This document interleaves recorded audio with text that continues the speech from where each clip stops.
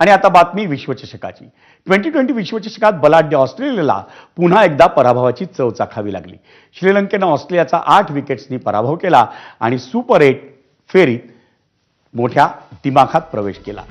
या सामन्यात प्रथम फलंदाजी करणाऱ्या ऑस्ट्रेलियानं कर्णधार मिचेल मार्श आणि ट्रॅव्हिस हेड यांच्या अर्धशतकांच्या जोरावर 181 धावांचं आव्हान श्रीलंकेसमोर ठेवलं होतं। त्या लक्ष्याचा पाठलाग करताना श्रीलंकेकडून निसांकानं अप्रतिम शतक झळकावलं। त्यानं 52 चेंडूत नाबाद 100 धावांची खेळी केली, तर दुसऱ्या बाजूला कुशल मेंडिसनं 38 चेंडूत 51 धावा करून त्याला उत्तम साथ दिली। दोघांमध्ये दुसऱ्या विकेटसाठी 97 धावांची भागीदारी झाली आणि ती निर्णायक ठरली। श्रीलंकेच्या या विजयामुळे ग्रुप बी मधील गुणतालिकेचं चित्र हे बदललंय आणि ऑस्ट्रेलियाच्या या पराभवामुळे स्पर्धेत चुरस निर्माण झाली।